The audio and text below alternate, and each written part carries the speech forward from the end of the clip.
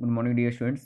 मैं आपका गणित अध्यापक शुभम तिवारी माय गणित संस्कार एकेडमी बिरधा ललितपुर से आप सभी विद्यार्थियों का आज 1 दिसंबर 2020 के इस गणित विषय की कक्षा में बहुत बहुत स्वागत करता हूं।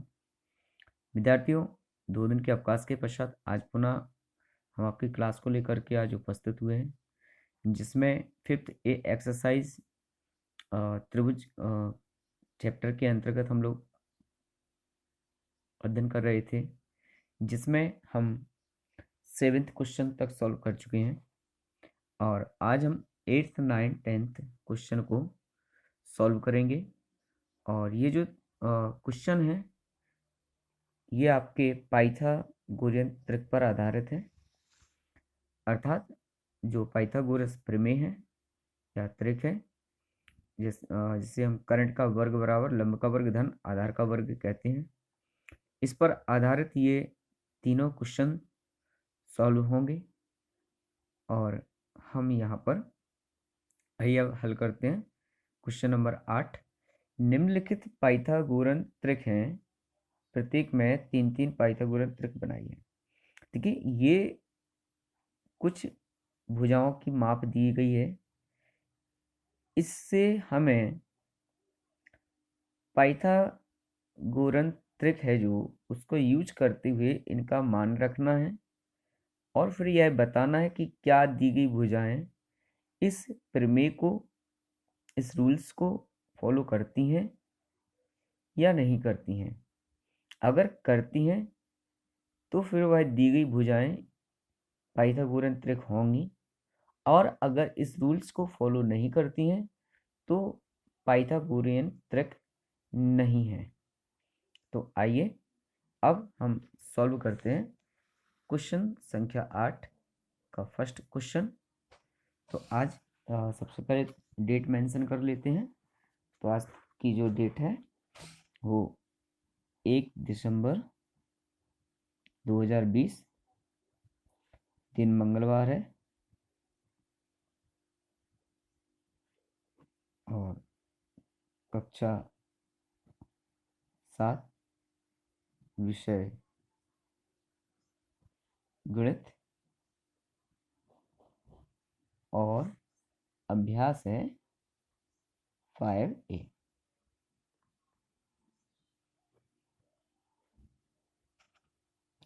तो 5A अभ्यास को हम यहाँ पर हल कर रहे हैं। क्वेश्चन संख्या 8 का फर्स्ट क्वेश्चन, जो मापें दी गई हैं वो लिख लेते हैं हम। 3, 4, 5। अब इन दी गई मापों से हम ये सबसे पहले पता करना है कि इसमें कर्ण किसको मानेंगे। तो विद्यार्थियों, आप जानते हैं कि समकोण त्रिभुज में जो कर्ण वाली भुजा होती है वो सबसे बड़ी भुजा होती है। तो सबसे बड़ी संख्या को हम यहाँ कर्ण मानेंगे। तो कर्ण को हम यहाँ पर कर्ण कितना हो जाएगा हमारा 5। अब शेष 2 चीजें बची हैं हमारे पास, लंब और आधार। तो लंब और आधार आप किसी भी संख्या को मान सकते हैं, कोई दिक्कत नहीं। अगर आप लंब 3 मानेंगे तो आधार 4 हो जाएगा, या लंब अगर आपने यहाँ 4 मानेंगे, 4 लेंगे यहाँ पे, तो आधार कितना हो जाएगा 3।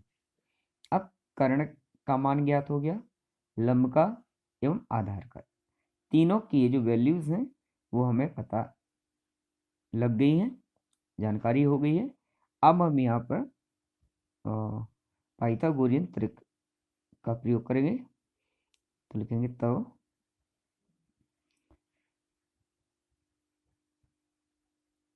पाइथागोरियन त्रिक से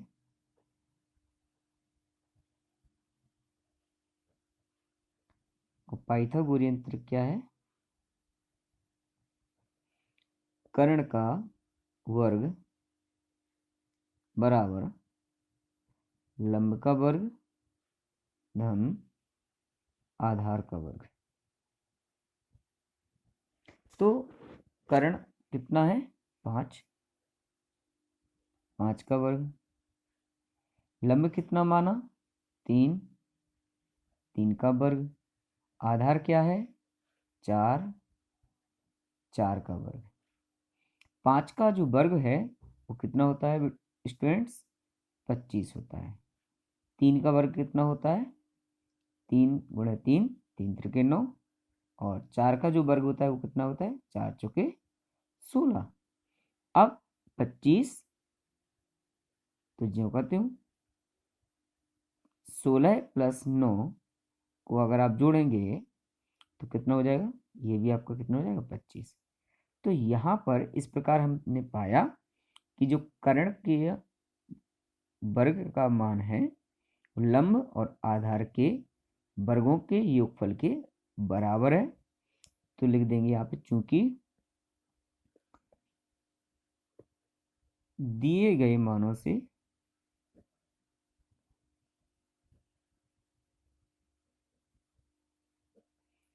से कर्ण का वर्ग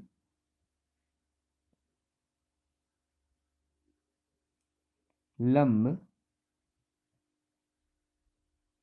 एवं आधार के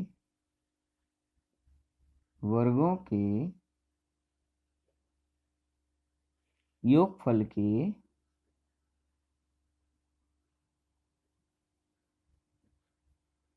बराबर है।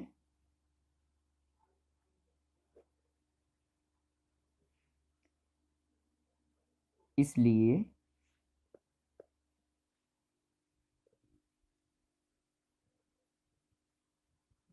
इसलिए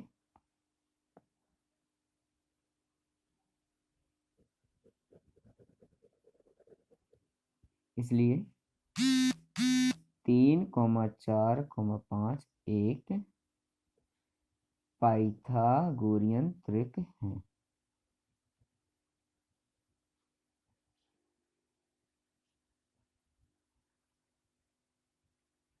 ये हमें बताना था।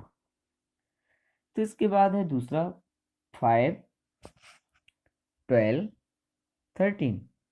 तो जिस तरह हमने अभी फर्स्ट क्वेश्चन को सॉल्व किया है, आप भी सेकंड को क्वेश्चन को सॉल्व करेंगे 5, 12, 13। तो इसे सॉल्व करने के लिए हम आपको हिंट दे रहे हैं। तो कर्ण जैसा कि अभी हमने पहले बताया था सबसे बड़ी भुजा को कर्ण मानना है 13। लंब और आधार कोई भी भुजा हो सकती है, तो 5 लंब और आधार हो गया 12। अब यहाँ पर पाइथागोरस त्रिक लगा दीजिएगा और उसमें इनके मान रख दीजिएगा, मान रख के हल करिएगा। हल करने पर अगर कर्ण का वर्ग इन दोनों के वर्गों के योगफल के बराबर होता है तो ये दी गई मापें पाइथागोरस त्रिक होंगी, और अगर ऐसा नहीं है, बराबर नहीं होते हैं, तो पाइथागोरियन त्रिक नहीं होंगे। ये आपको बताना है। तो विद्यार्थियों आज की इस कक्षा में मात्र इतना ही। कल पुनः इसी अभ्यास को आगे बढ़ाऊंगा। तब तक के लिए आप सभी विद्यार्थियों का आज की इस कक्षा में आने के लिए, जुड़ने के लिए बहुत बहुत धन्यवाद। Thank you.